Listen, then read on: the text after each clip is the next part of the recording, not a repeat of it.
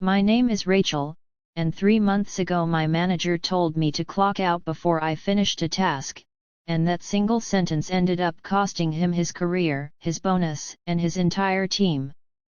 I worked at a mid-size logistics company processing shipping manifests. The job was simple but the deadlines were brutal. Every night before the trucks left, someone had to finalize the manifests, or the whole morning schedule would collapse. My manager, Derek, was the kind of guy who smiled at corporate meetings and screamed at employees the moment the cameras were gone. He had a system. He would let the workload pile up right before quitting time, then tell people to clock out and finish later, off the clock, because otherwise the overtime numbers would look bad on his monthly report. That night, it was my turn. At 4:58, 2 minutes before my shift ended, Derek walked over holding a stack of unfinished manifests and dropped them on my desk like it was nothing. "Rachel," he said, "finish these before you leave."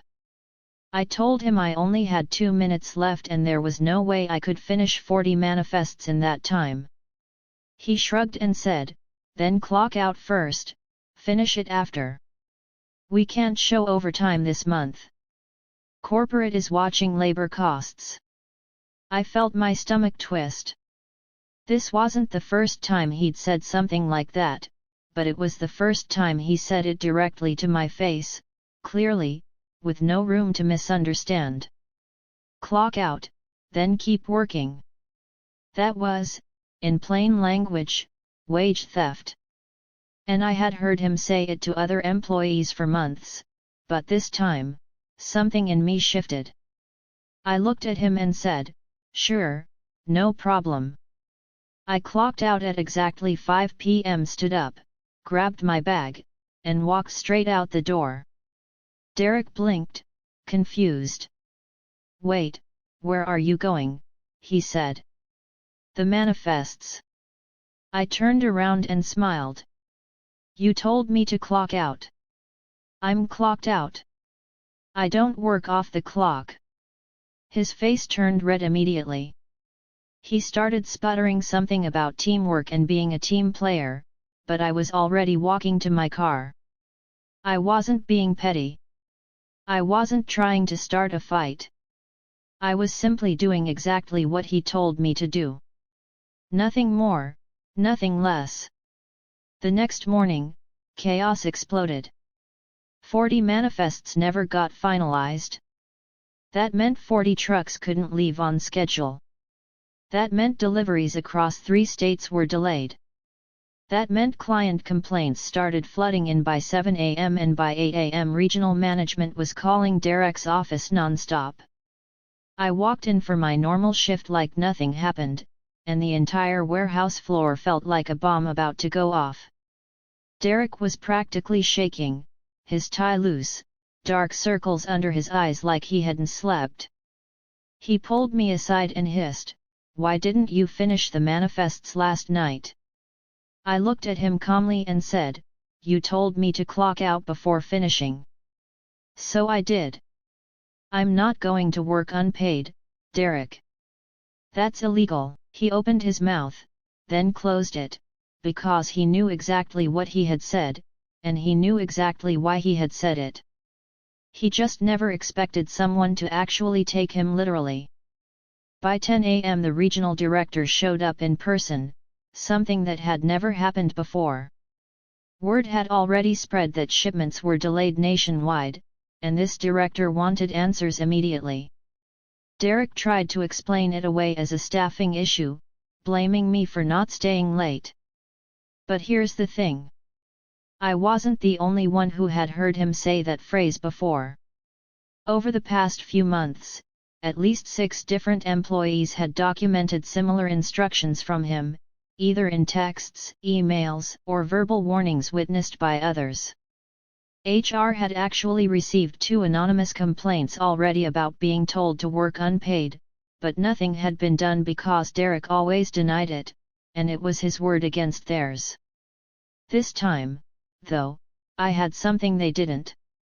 2 weeks earlier, after the third time Derek pressured someone to work off the clock, I started recording every single interaction on my phone, legally, since our state allowed one-party consent recording.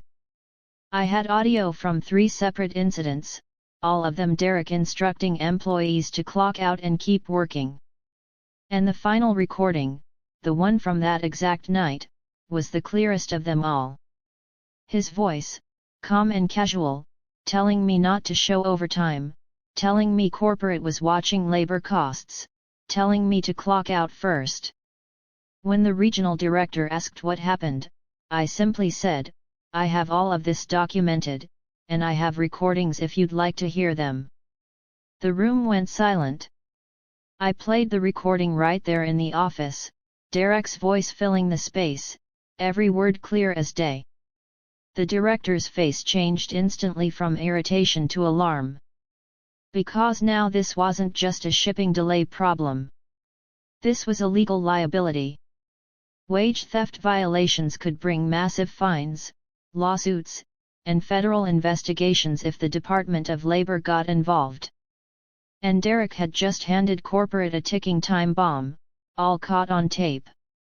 The regional director turned to Derek and asked him directly if he had told employees to clock out before finishing work. Derek tried to laugh it off, saying it was just how things worked around here, that everyone did overtime off the clock sometimes, that it wasn't a big deal. The director's expression turned cold. He said, "It is a very big deal. This is exactly the kind of practice that gets companies sued into the ground. And you did it knowingly, repeatedly, and you have it on record admitting it." Derek's face went pale.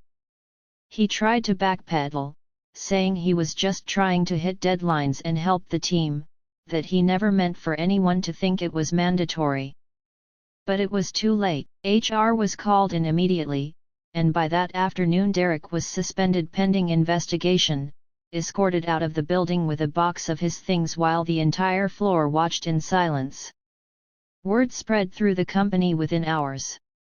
Everyone knew exactly why he was gone.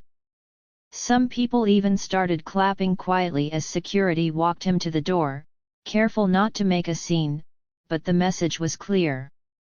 Karma had arrived, and it arrived because of his own words. The investigation took about 3 weeks. Turns out Derek had been doing this across multiple departments, not just mine, and once other employees felt safe enough to speak up, more recordings and documented incidents came forward.